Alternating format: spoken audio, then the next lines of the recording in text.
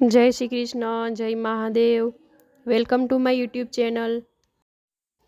तो मित्रों, આજે આપણે બનાવીશું શરીર માટે ગુણકારી એવા આમળાનો મુખવાસ। તો મિત્રો, આમળા પાચન માટે ખૂબ જ સારા છે। તો જમીને આમળાનો મુખવાસ ખાવાથી આપણે જમ્યા હોય તે બધું પચી જાય છે સહેલાઈથી। આમળાથી વાળ પણ વધે છે અને સ્કિન પણ સારી રહે છે। તો મિત્રો, આમળાના ઘણા બધા ફાયદાઓ છે। તો આપણે આ આમળાનો મુખવાસ કેવી રીતે બનાવવો તે આજે આપણે શીખીશું। અને આ મુખવાસ 1 વર્ષ સુધી તમે રાખી શકો છો।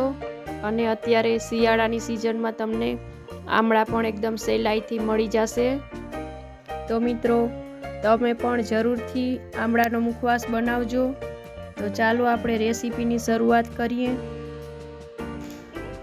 સૌથી પહેલાં આપણે આમળાને ધોઈ લેશું અને ધોઈ અને પછી આપણે એને બીજા વાસણમાં કાઢી લેશું।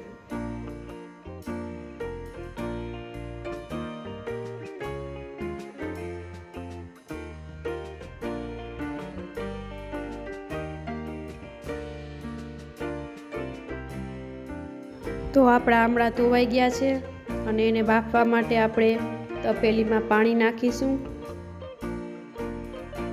અને હવે આપણે એને ગેસ ઉપર બાફવા માટે મૂકી દેશું। તો બાફવા માટે આપણે એને 5 થી 10 મિનિટ માટે રહેવા દેશું અને એના ઉપર આપણે ડીશ ઢાંકી દઈએ। તો 10 મિનિટ પછી આપણે આપણા આમળા જોઈએ। તો આપણા આમળા ચડી ગયા છે। તો ગેસ બંધ કરી લઈએ અને આ રીતે આપણે બફાયેલા દેખાશે અને તેની ચીર અલગ પડી જાય એટલે તે બફાઈ ગયા। અને હવે તેને આપણે એક ચારણીમાં કાઢી લેશું જેથી કરીને તેનું પાણી છે તે અલગ થઈ જાય। અને થોડીવાર આપણે તેને ઠંડા થવા દેશું। ઠંડા થઈ જાય પછી આપણે એની ચીર અલગ પાડીશું। તો મિત્રો, તમે જોઈ શકો છો આ રીતે તેની ચીર અલગ પડે છે। તો એમાંથી આપણે અંદર ઠળિયો નીકળે છે તે અલગ કાઢી લેવાનો છે। તો આ રીતે આપણે બધા આમળાની ચીરું અલગ પાડવાની છે।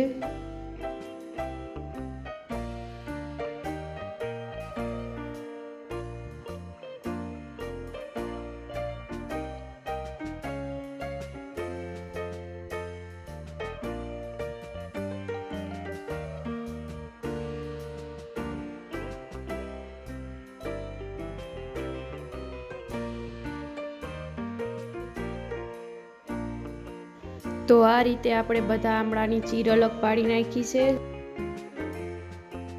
અને હવે આપણે એમાં ખાંડ ઉમેરીશું।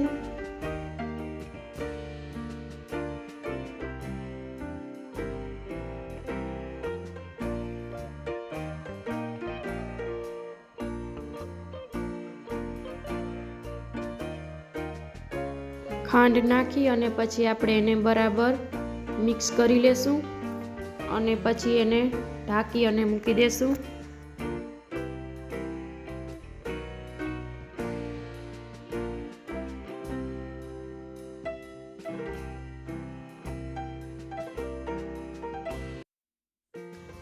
તો હવે આપણે આને 1 દિવસ માટે રહેવા દેશું અને 1 દિવસ પછી આપણે એને જોઈશું।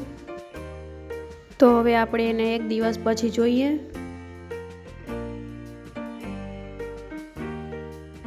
તો હજી મિત્રો આપણે એને 1 દિવસ ઢાંકી અને મૂકી દેશું।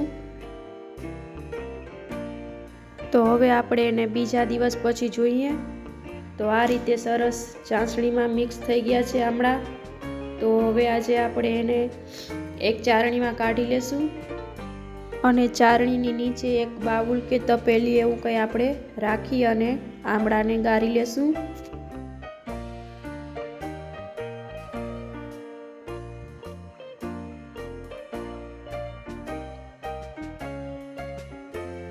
તો આપણા આમળા ચારણીમાં બધા નીકળી ગયા છે અને આ પાણી પણ આપણે ઉપયોગમાં લેવાનું છે। આનું મિત્રો તમે શરબત પણ બનાવી શકો છો। તો આ પાણીને આપણે એક બોટલમાં ભરી અને રાખી દેવાનું છે।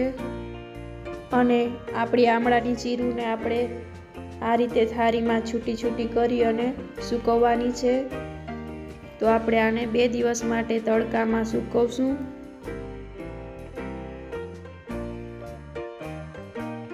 તો હવે આપણે એને 2 દિવસ પછી જોઈએ તો આપણી આમળાની ચીર સરસ સુકાઈ ગઈ છે।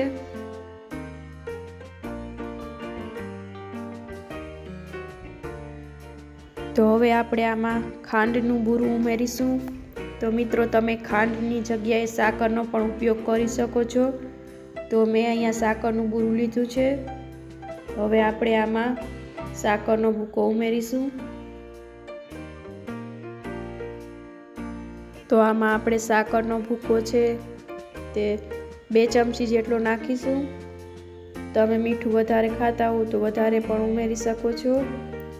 તો હવે આપણે એને મિક્સ કરી દઈશું બરાબર।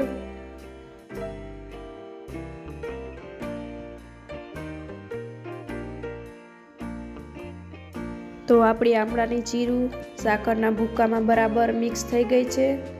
તો એને આપણે હવે એક બાઉલમાં કાઢી લઈએ। તો મિત્રો તૈયાર છે આપણો આ આમળાનો મુખવાસ। તો આપણી આ આમળાની ચીર પણ એકદમ સફેદ બની છે। તો કેવી લાગી મારી આ રેસીપી તે કમેન્ટમાં જરૂરથી લખજો અને મારા નવા વિડીયોઝ જોવા માટે મારી ચેનલને સબસ્ક્રાઈબ પણ જરૂરથી કરજો। જય શ્રી કૃષ્ણ, જય મહાદેવ।